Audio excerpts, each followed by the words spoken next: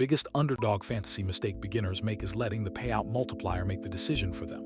That sounds simple, but it is the exact reason so many new users build entries that look exciting on the screen and fall apart the second the games start. Underdog is dangerous in a different way than a normal sportsbook because the app makes everything feel clean. You are not staring at a board full of plus money, minus money, spreads, totals, and alternate line. You are usually looking at something much simpler, higher or lower, this player versus that player. 2 picks, 3 picks, 5 picks, maybe a flex option, maybe a rival's pick, maybe a draft lobby, maybe a best ball tournament. And because it all feels simple, beginners start thinking the hard part is just finding players they like. That is the trap. The hard part is not finding players you like. The hard part is understanding what type of entry you are actually building. On Underdog Pick'em, every added selection changes the entire shape of the entry.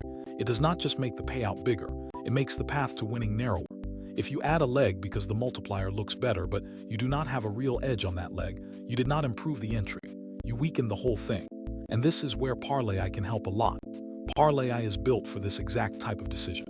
You can run your picks through live context, current stats, matchup information, and top AI models before you lock anything in. Instead of asking, does this pick sound good, you can ask, does this pick actually deserve to be in the entry? That difference matters, because beginners usually do the opposite. They start with 1 or 2 picks they actually like, then they keep scrolling until the payout looks exciting enough. The first pick has a reason. The second pick has a reason. Third pick is okay. Fourth pick is a player they recognize.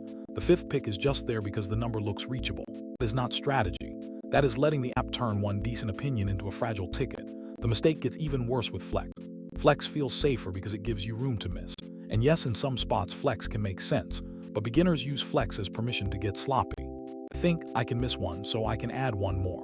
But Flex does not magically make bad picks good. It changes the payout structure. It can soften the blow, but it also lowers the top-end payout. So if the extra leg is weak, you may be trading away upside while still adding risk.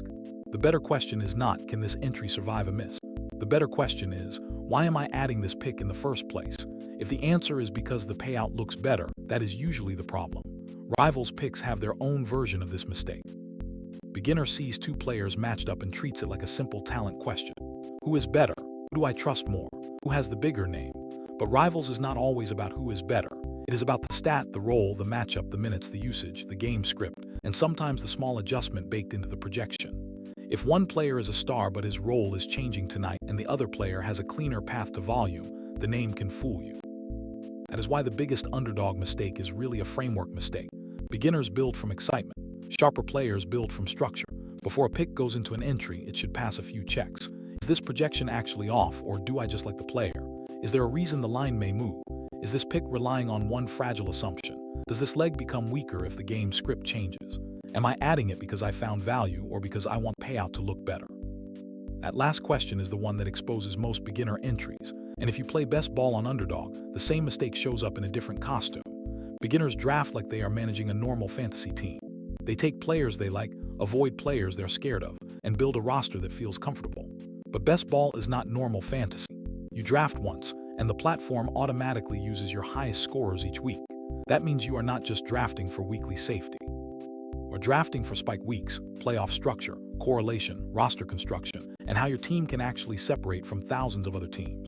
A safe-looking best ball team can still be dead money if it has no ceiling. That is the theme across the entire platform. Pick'em entries fail when the extra legs are added for payout instead of edge.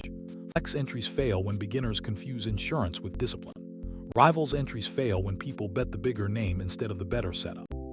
Best ball drafts fail when people draft comfort instead of a team that can actually win the tournament. So the fix is not to stop using Underdog. The fix is to stop letting the format make decisions for you. Start with the edge, then choose the format. If you only have 2 strong picks, build around 2 strong picks. If a third pick is close but not strong, do not pretend the multiplier makes it sharper. If Flex makes the entry more logical, use it. If Flex is just a way to justify a messy card, cut the card down.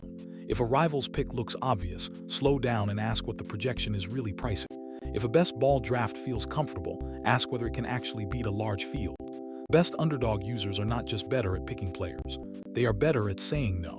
They know when a pick is good but not good enough. They know when a payout is tempting but not worth the extra leg. Know when an entry looks clean but depends on too many things going right at once. That is where the edge lives. Not in building the biggest ticket, not in clicking every player who feels due, not in chasing the multiplier. The edge is in forcing every pick to earn its spot. Because on Underdog, the beginner mistake is thinking the entry gets stronger as the payout gets bigger. In reality, the entry only gets stronger when every added piece gives you a real reason to believe the price is wrong.